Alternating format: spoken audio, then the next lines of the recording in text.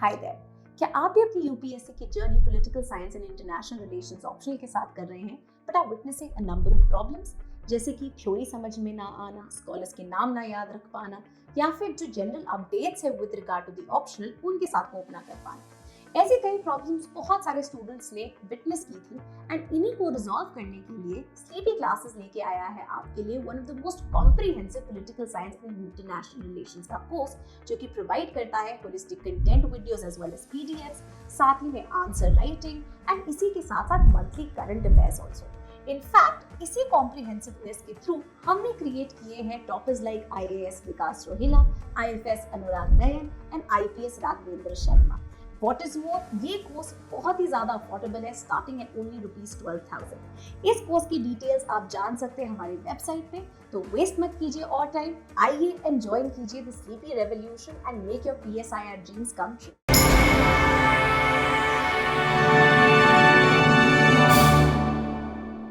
हाय, मेरा नाम खालिद हयात है। मैंने बीपीएससी 67th में 4th रैंक हासिल किया है एंड मेरा गांव सिरकी चक हुआ, थाना संदेश हुआ। मैं भोजपुर डिस्ट्रिक्ट का रहने वाला हूं एंड मैंने अपनी बीपीएससी की तैयारी 65th बीपीएससी से स्टार्ट की थी एंड 65th बीपीएससी में मेरा 2 नंबर से फाइनल सिलेक्शन रह गया था। देन 66 बीपीएससी में मैं फिर लगा रहा।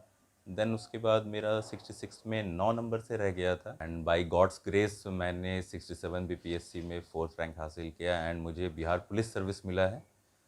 एंड अगर मैं अपनी जर्नी की बात करूँ तो सबसे पहले तो ये समझ में नहीं आता था कि भाई पीटी की तैयारी कैसे किया जाए, जो फर्स्ट स्टेज होता है किसी भी एग्ज़ाम को क्रैक करने का। प्रिलिमिनरी एग्ज़ामिनेशन में कौन सी बुक को पढ़नी है, नहीं पढ़नी है, कैसे प्रिपेयर करना है। देन उसके बाद फिर मैंने उस चीज़ पे क्वेश्चन पेपर जो होता है, मैं बाकी सारे लोगों को यही कहना चाहूँगा कि अगर आप बीपीएससी के एग्ज़ाम को क्रैक करना चाहते हैं तो आपको सबसे पहले प्रीवियस ईयर क्वेश्चंस को एनालिसिस करना पड़ेगा कि कौन से क्वेश्चंस किस सेक्शन से आ रहे हैं, क्योंकि बीपीएससी में हर सेक्शन का अलग अलग इम्पॉर्टेंस है। अगर करंट अफेयर ले लीजिए या आप हिस्ट्री ले लीजिए, ज्योग्राफी ले लीजिए, सबके सेक्शन, सबके नंबर ऑफ क्वेश्चंस बटे हुए हैं जिस पे ध्यान देना चाहिए। तो प्रिलिमिनरी स्टेज में मैंने जब क्वेश्चन पेपर जो प्रीवियस ईयर के थे उनको एनालिसिस किया तो ये पाया कि भाई अराउंड 30 to 32 क्वेश्चंस जो हैं वो हिस्ट्री सेक्शन के रहते हैं एंड मोर और लेस 30 क्वेश्चंस जो है वो करंट अफेयर के हैं एंड 30 क्वेश्चन जो है वो साइंस के हैं। अगर ये तीन को जोड़ा जाए तो ये 90 के अराउंड बन जाते हैं and 10 question of polity and 10 question of geography and around 20-25 question from Bihar special. तो अगर तीन सेक्शन को अगर कर लिया जाए, मैंने यही निष्कर्ष पे पहुंचा था कि भाई अगर ये तीन जो सेक्शन है, history, science and current affair को कर लें तो भाई 90 क्वेश्चंस तो मैं पहुंच जा रहा हूँ। देन उसके बाद बाकी क्वेश्चंस अगर मैं देख लूँ तो उसमें से अगर 20 नंबर भी आ जाता है तो मैं सेफ साइड पे रह सकता हूँ। देन उसके बाद बुक्स की बात आती है तो बेसिक बुक्स कुछ हैं उसको ज़रूर पढ़ना चाहिए। फर्स्ट ऑफ ऑल लूसेंट, जैसे सब कोई जानते हैं कि भाई लूसेंट पढ़ना चाहिए, मैंने भी लूसेंट पढ़ा था। मैंने भी क्राउन की एक किताब आती है उसको पढ़ा था, क्राउन का बिहार स्पेशल एंड क्राउन का जीके। देन उसके बाद बीपीएससी में एक अब तो थोड़ा सा ट्रेंड चेंज हो गया है बट जब तक मैंने 67 तक दिया उस वक्त तक ऐसा होता था कि प्रीवियस ईयर जो क्वेश्चंस होते थे वो मोर और लेस रिपीट हो जाते थे। अगर एग्जैक्ट क्वेश्चन नहीं होता था तो वो जो सराउंडिंग एरिया होता था कि हाँ भाई क्वेश्चन का जो एक बेसिक जो है क्वेश्चन का आसपास उसके जितने भी चीज़ें और रिलेटेड है उससे क्वेश्चंस आ जाते थे। देन उसके बाद मैंने इस चीज़ को देखा कि भाई कौन कौन से सेक्शंस हैं जहाँ से क्वेश्चन रिपीट कर रहे हैं। तो बुक्स में फिर मैं घटना चक्र की सीरीज़ आती है, जो प्रीवियस ईयर क्वेश्चन और भी जितने भी यूपीपीसीएस है, यूपीएससी हैं, राजस्थान हैं, इनके जितने भी क्वेश्चंस आए हुए रहते हैं उनका वो कंपाइलेशन होता है। देन उसके बाद फिर मैंने उसको लाया, देन उसके बाद उसको पढ़ा, लगाया।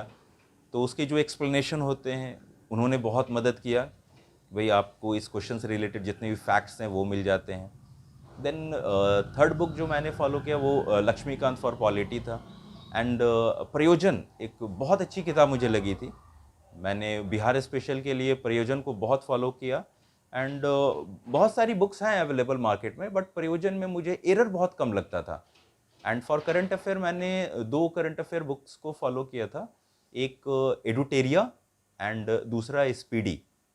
एंड बट अभी एडुटेरिया एंड स्पीडी मैं नहीं कहूँगा फॉलो करने के लिए। अभी मैं कहूँगा कि भाई थॉरोली अगर करंट अफेयर करना है तो आपके पास प्रतियोगिता दर्पण ये ज़रूरी है। अभी कोई भी ऐसा एक जो मंथली मैगजीन आता है जिसमें सारे डेटा सारे फैक्ट्स कवर हैं, उनको ज़रूर अब कवर करने की ज़रूरत है, क्योंकि बीपीएससी का ओरिएंटेशन थोड़ा चेंज हो रहा है।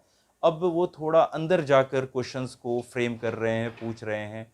तो इस चीज़ के लिए मैं अब कह रहा हूँ कि वहाँ ठीक है वो आप करंट अफेयर के लिए एडुटेरिया एंड स्पीडी को फॉलो करें, बट प्रतियोगिता दर्पण अब बहुत ज़्यादा ज़रूरी हो चुका है। नाउ अब पीटी में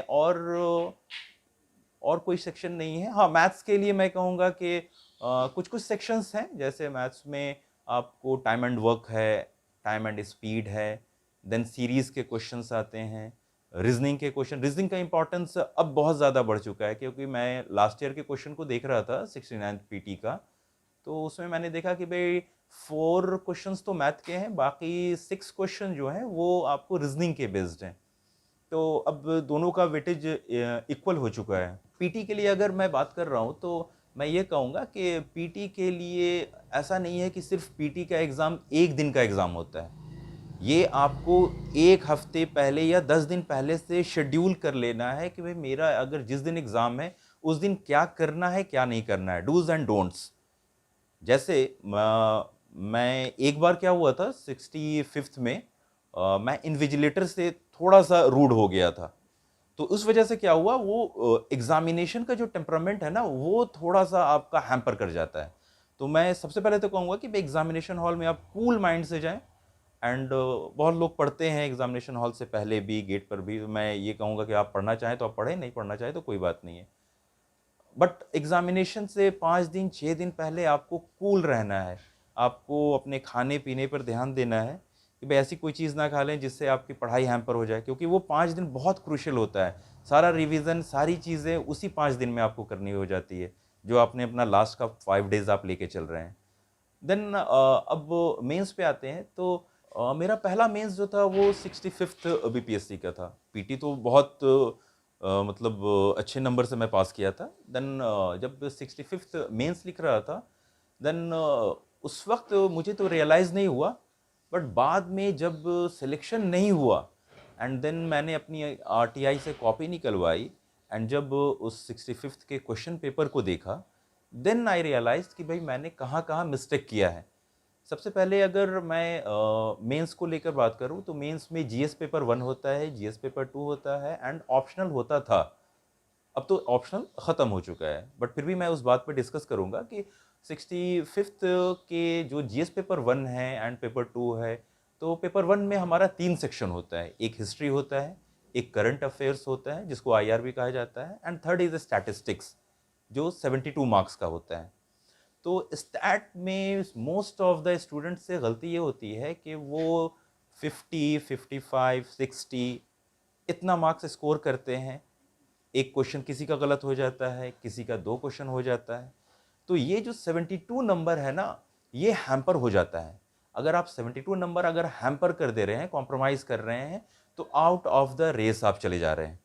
तो इस चीज़ का ध्यान देना है कि 72 आउट ऑफ द 72 आना नहायत ज़रूरी है।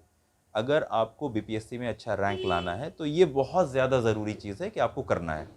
नेक्स्ट आ जाते हैं हिस्ट्री सेक्शन में। हिस्ट्री सेक्शन जो है, हिस्ट्री सेक्शन में क्वेश्चन मोर और लेस रिपीट होते हैं, और हिस्ट्री में 18 टॉपिक्स हैं जहाँ से क्वेश्चंस आते हैं। एंड क्वेश्चन जो रिपीट होते हैं वो वर्ड टू वर्ड तो रिपीट नहीं होते हैं, बट उनका जो एसेंस है वो सेम रहता है। तो मैंने जब अपना आरटीआई कॉपी से देखा तो क्वेश्चंस में मैंने ये देखा, मेरे आंसर्स में गलती ये थी कि स्टैट में मेरा 12 नंबर का एक क्वेश्चन गलत हो गया था। मैंने उसको गलत पढ़ लिया या समझ लिया, जिसकी वजह से वो गलत हो गया। देन उसके बाद जब मैंने हिस्ट्री सेक्शन पे ध्यान दिया, क्योंकि जब मार्क्स नहीं आया था तो उससे पहले मुझे लग रहा था कि हिस्ट्री में मेरे अराउंड 70 मार्क्स होने चाहिए। बट जब मैंने देखा कि भाई इतने कम मार्क्स आए हैं, जब मैंने अपनी मार्कशीट देखी, देन उसके बाद मैंने आरटीआई से कॉपी मंगाई। देन आई रियलाइज़ कि मैंने गलती कहाँ कहाँ की है। मैंने देखा कि भाई क्वेश्चंस के अगर 2 पार्ट हैं कि भाई what are the causes and what are the outcome of Santhal revolt. मैं एक एग्जांपल दे रहा हूँ। तो अगर सिर्फ आप कॉजेज को डील कर दे रहे हैं तो आप अगर क्वेश्चन 38 मार्क्स का है तो आपने सिर्फ 19 नंबर के आंसर को जस्टिफाई किया, आपका बाकी जो 19 नंबर है वो आपने सैक्रिफाइस कर दिया है। आप अगर 5 पेज 6 पेज भी लिख दें तो कोई काम नहीं आएगा। तो मेरे मार्किंग जो थे वो हिस्ट्री में इसी तरह से थे। नेक्स्ट क्वेश्चन जो था मेरा वो 1857 का था कि रिवोल्ट ऑफ 1857 के कॉजेज क्या हैं and what was it's outcome in Bihar. मैंने कॉजेज को बहुत अच्छे से डील कर दिया एंड आउटकम ऑफ बिहार को मैंने डील नहीं किया, जिसकी वजह से वहाँ भी फिर मेरा 19 नंबर का कॉम्प्रोमाइज़ हुआ। एंड फर्स्ट मेरा ये मेंस था, तो मैंने 19 नंबर का एक क्वेश्चन मेरा छूट गया था और एक 19 जो था जो राजेंद्र प्रसाद के ऊपर था, श्री डॉक्टर राजेंद्र प्रसाद के ऊपर था, वो मैंने मतलब वो बस जस्ट लिख दिया था। तो मेरे बहुत अराउंड 48 टू 50 मार्क्स आए थे। जब ये मैंने आरटीआई कॉपी से अपना देखा, देन उस यही सेम चीज़ मैंने देखा कि भाई करंट इवेंट्स में भी कि भाई देन आई रियलाइज कि भाई मिस्टेक कहाँ कहाँ हो रही है। देन उसके बाद मैंने एनालिसिस ये किया कि भाई हमारे पास स्ट्रैटेजी ये बनाई, मैंने ये देखा कि भाई अगर हमारे पास बीपीएससी ने 36 पेज का एक बुकलेट दिया है, आंसर कॉपी दी है, तो इस 36 पेज को हम कैसे सेक्शन वाइज बांट सकते हैं।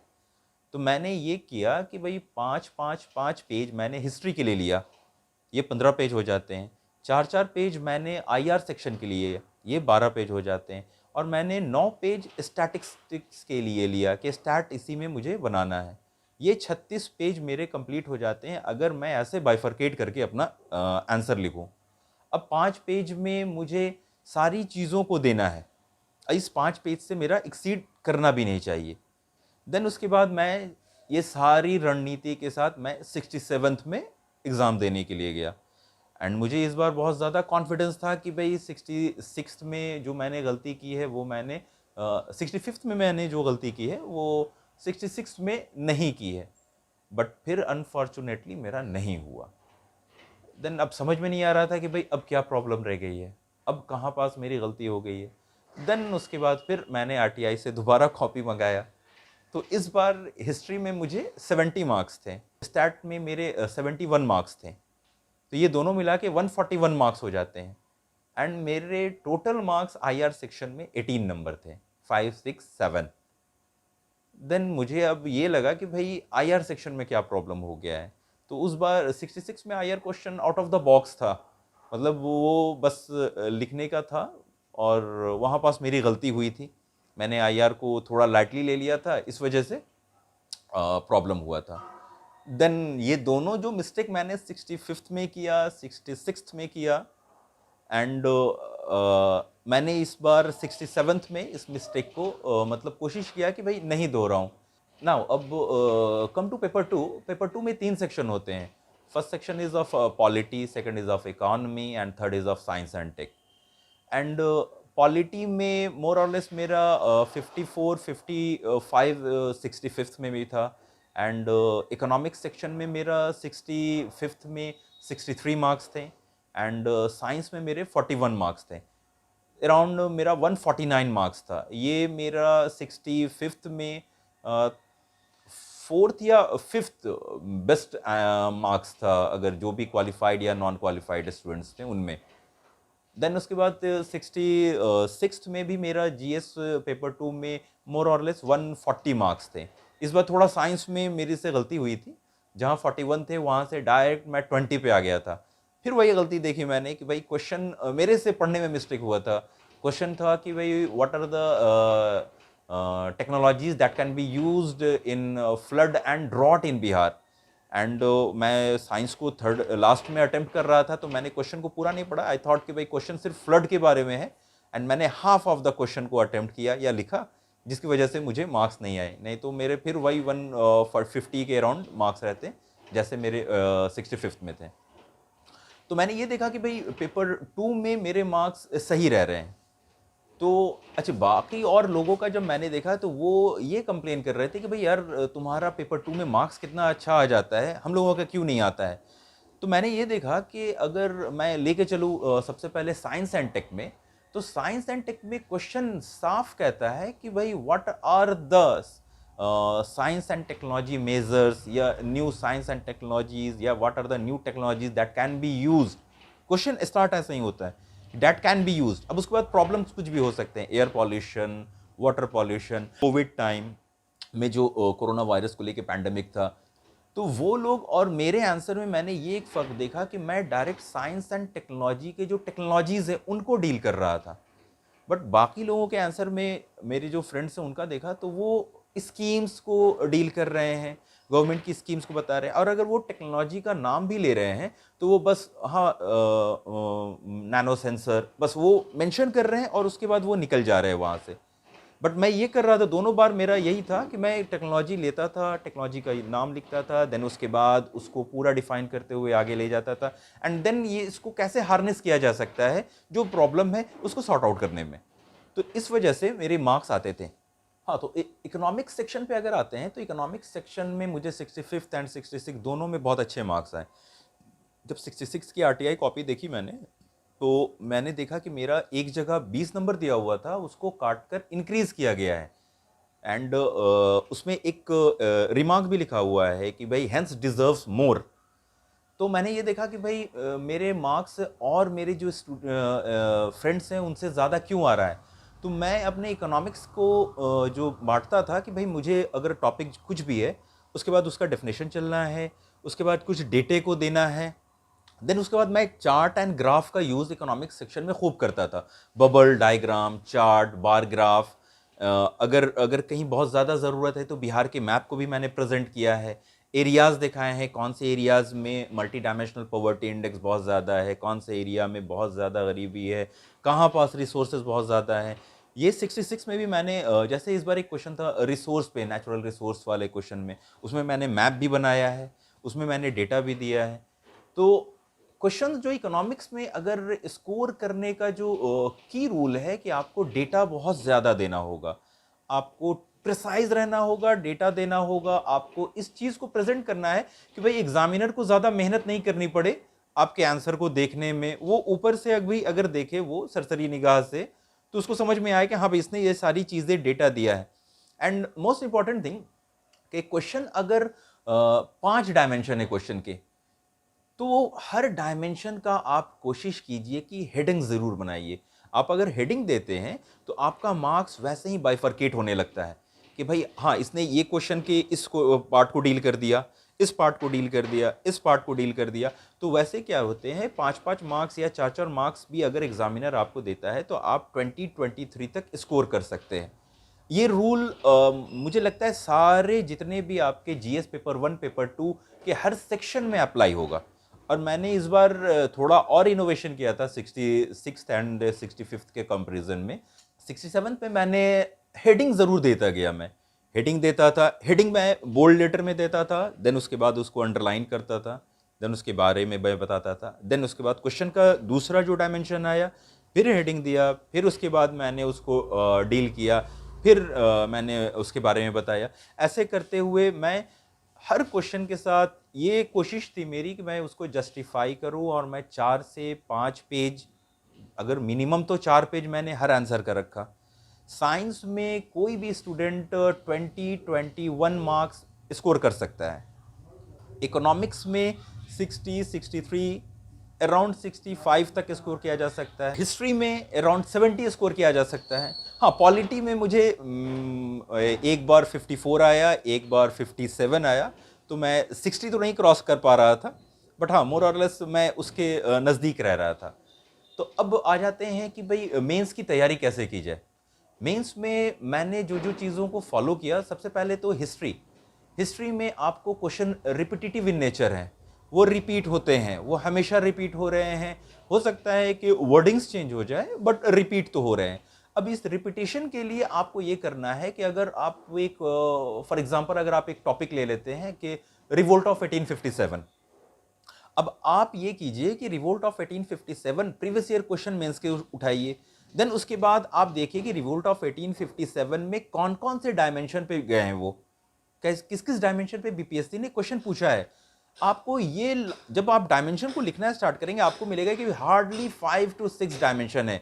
First is cause, outcome, changes, effect, then उसके बाद role of Kunwar Singh, then आप इस तरह से 5-6 डायमेंशन। अब आप क्या कीजिए, आप सबसे पहले तो एक नोट्स बनाइए, नोट्स बनाइए। अभी मैं मॉडल आंसर नहीं कर रहा हूँ, नोट्स बनाने के लिए कह रहा हूँ।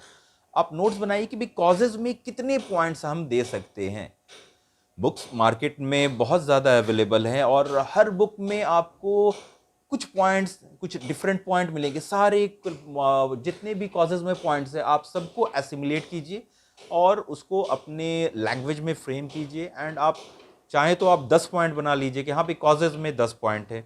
आप चाहें तो कॉज को एक ब्रॉड हेडिंग में बांट सकते हैं कि भाई administrative changes, administrative causes, political causes, socio political causes क्या हो गए। तो इस तरह से आप, मिलिट्री कॉजेज क्या थे, इस तरह से आप ये बांट सकते हैं। तो कॉजेज में आ जाते हैं आप। तो इस तरह से आपके पास जो 18 टॉपिक है और हर टॉपिक पे अगर आप 4 एंड 5 कर लेते हैं तो आपको एक मोर और लेस डायमेंशन मिल जाएगा कि भाई मुझे ये 18 टॉपिक्स के अंदर रहना है, कौन कौन से डायमेंशन इसमें पूछे जा रहे हैं। नाउ अब उसके बाद आपका नेक्स्ट काम ये होगा कि आपने जो नोट्स बनाया है उससे अपने मॉडल आंसर को तैयार कीजिए। मॉडल आंसर जो होना चाहिए, हिस्ट्री के लिए मैं ख़ास तौर पे बता रहा हूँ आपको कि मॉडल आंसर ऐसा होना चाहिए कि भाई आप उसको रट कर पी जाइए। बहुत लोग की मेमोरी शार्प होती है, वो ऐसा कर सकते हैं, बहुत की नहीं होती है। वो कोशिश करें कि भाई जैसा उन्होंने मॉडल आंसर लिखा है उसको एग्जैक्ट जाके वैसा प्रेजेंट करें जीएस पेपर 1 की हिस्ट्री सेक्शन में ना। उसके बाद फिर आता है कि सेकंड जो आईआर सेक्शन है उसको कैसे डील किया जाए। आईआर सेक्शन में क्वेश्चंस जो हैं वो मोर और लेस 2 क्वेश्चन इंटरनेशनल रिलेशन के होते हैं, कभी कभार एक क्वेश्चन नेशनल अफेयर्स जो हैं उस पर भी पूछा जाता है। तो इंटरनेशनल रिलेशंस में जैसे इस बार 67th में क्वाड हम लोगों के लिए इंपॉर्टेंट था, I2U2 इंपॉर्टेंट था। देन उसके बाद पैंडेमिक जो इफेक्ट हुआ था वो इंपॉर्टेंट था। देन उसके बाद नाम इंपॉर्टेंट हो जाता है। देन इस तरह से बहुत सारे जो आप टॉपिक देखेंगे जो आपने पीटी के टाइम में पढ़ा होगा, तो वो मेंस के टाइम में आप उस ब्रॉड टॉपिक को देखिए। एंड यहाँ पास आप करंट इवेंट में आईआर सेक्शन के लिए आप प्रतियोगिता दर्पण का मदद ले सकते हैं। एंड आप और भी मार्केट में जितनी भी मैगजीन्स हैं या आप ऑनलाइन सर्च कर सकते हैं। ऑनलाइन वो टॉपिक डालेंगे आप, दृष्टि आईएएस का आपको मटेरियल मिल जाएगा। देन आपको आपको वाजीराम आईएएस का आपको मटेरियल मिल जाएगा, वहाँ से पीडीएफ।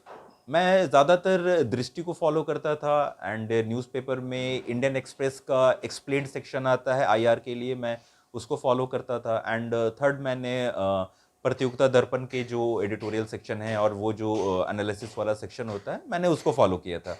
क्योंकि ज़्यादा समय होता नहीं है, आप बहुत ज़्यादा रिसर्च वर्क करेंगे तो हो सकता है कि आप एक ही सेक्शन को बहुत अच्छे से प्रिपेयर कर पाएँ, बट बाकी सेक्शन आपका कॉम्प्रोमाइज़ हो जाएगा। तो आपको सारे जो सेक्शन है उसको भी लेके चलना है।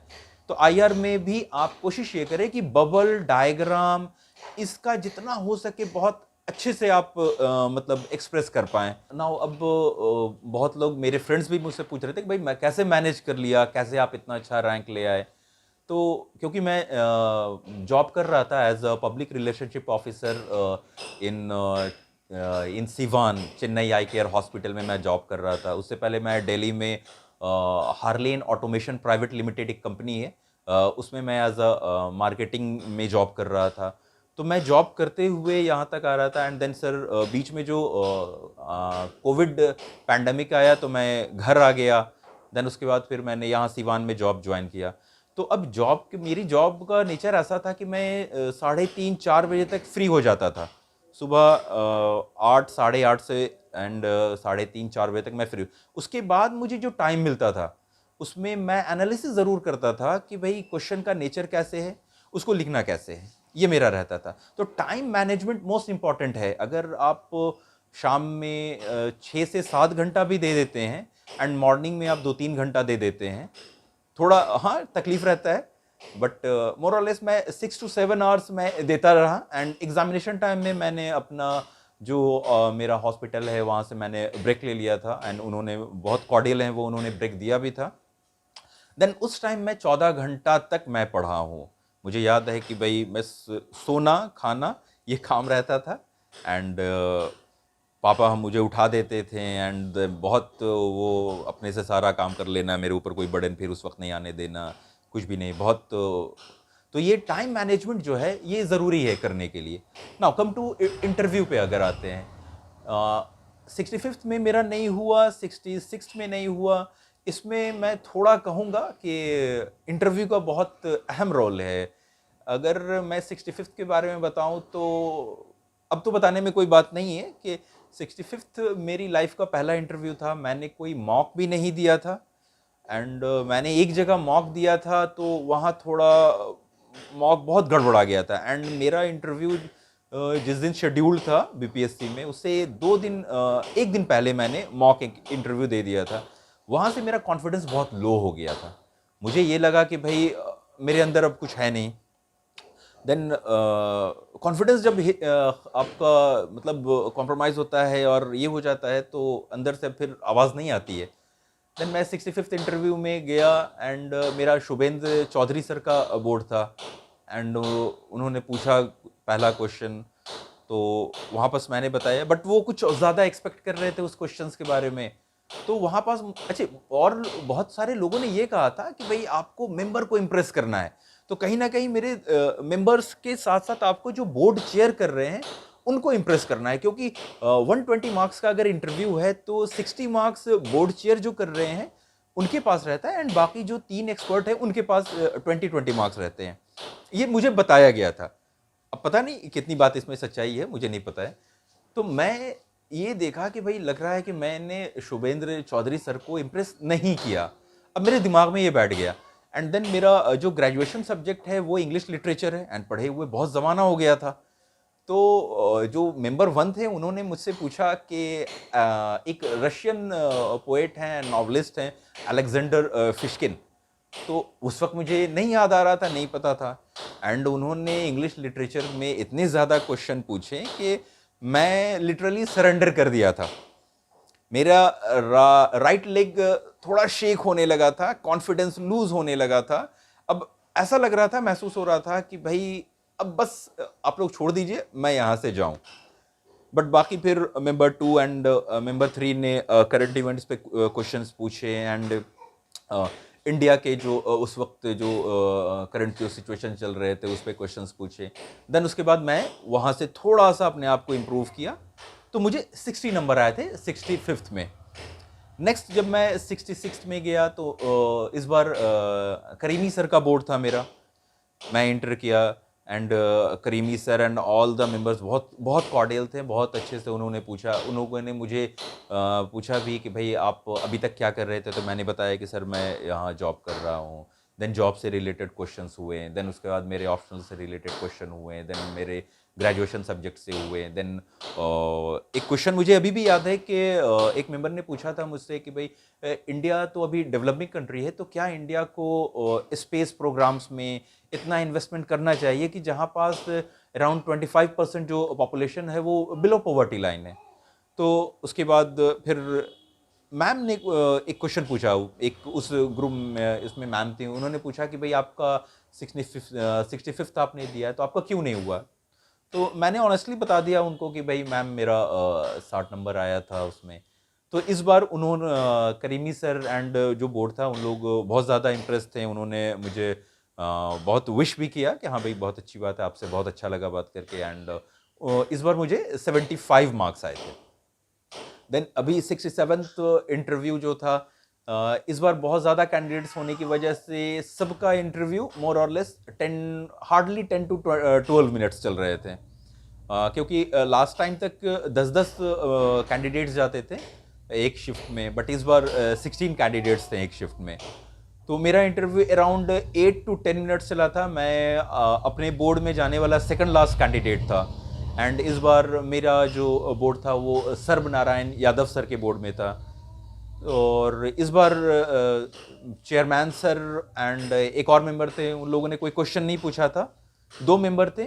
एंड इस बार मेरा जो इंटरव्यू चला वो सिर्फ 2 टॉपिक पे चला कि मेरा वर्क नेचर, मैं जो जॉब कर रहा हूँ उस पे बहुत सारे क्वेश्चन चले। एंड दूसरे मेंबर जो थे तो उन्होंने मुझसे ये करंट इवेंट्स जो चल रहा था उन्होंने पूछा मुझसे एक क्वेश्चन कि भाई अभी जो करंट सिनेरियो में ऐसा कौन सा एक ऐसा इवेंट है जिसने आपको ये मजबूर किया या इंस्पिरेशन दिया कि हाँ, इस टॉपिक के बारे में मैं नहीं जान रहा हूँ, इस टॉपिक को मुझे पढ़ना चाहिए। देन उसके बाद उस वक्त जब मेरा इंटरव्यू था, उस वक्त इज़राइल एंड हमास का वॉर चल रहा था, तो मैंने उस चीज़ को बताया था। तो इंटरव्यू में मैंने ये महसूस किया, ये 3 इंटरव्यू देने के बाद, कि अगर कोई भी इंटरव्यू में जा रहा है तो वो वहाँ नॉलेज चेक करने के लिए नहीं बैठे हुए हैं। वो नॉलेज आपका बीपीएससी ने मेंस एग्जामिनेशन में चेक कर लिया। वो वहाँ आपका कॉन्फिडेंस, आपका एटीट्यूड, आपके बोलने का अंदाज, आप कितने पोलाइट हैं, कितने हम्बल हैं, और सिचुएशन पढ़ने पर अगर एडवर्स सिचुएशन होता है तो आप कितने बोल्ड हो सकते हैं, सिचुएशन को आप हैंडल कर सकते हैं कि नहीं कर सकते हैं। नाउ नेक्स्ट क्वेश्चन आता है कि देन अगर ये इंटरव्यू अगर आपके पर्सनालिटी स्किल का टेस्ट है, देन फिर वो आपसे फैक्चुअल क्वेश्चन क्यों पूछते हैं? तो इसका सिंपल आंसर है कि भाई वो आपसे बात कैसे करें। आपसे फैक्चुअल क्वेश्चन, आपको सिचुएशनल बेस्ड क्वेश्चन देकर ही वो कोई भी सामने वाला आपको जज कर सकता है कि हाँ, इसके अंदर कितनी कैपेबिलिटी है, ये कैसा परफॉर्म कर सकता है, इसके अंदर कैसी भावना है, ये अपने से छोटे को कैसे ट्रीट करेगा। ये सारी चीज़ें, दे आर एक्सपर्ट पीपल। वो 1 सेकंड में या 1 मिनट में मैं कह सकता हूँ, वो पकड़ लेते हैं कि आपका ओरिएंटेशन कैसा है, आप कैसे हैं। एंड एक चीज़ और है, बहुत लोग ये कहते हैं कि भाई मुझे मार्क्स नहीं मिला, 65th में मुझे भी मार्क्स नहीं मिला, 66th में मुझे अच्छा मार्क्स मिला, बट हाँ, उतना अच्छा नहीं मिला, एक एवरेज, एबव एवरेज कह सकते हैं। बट मैंने ये महसूस किया कि वहाँ जो हमारा जो बोर्ड होता है या जो मेंबर होते हैं, वो वहाँ मार्क्स देने के लिए बैठे हैं।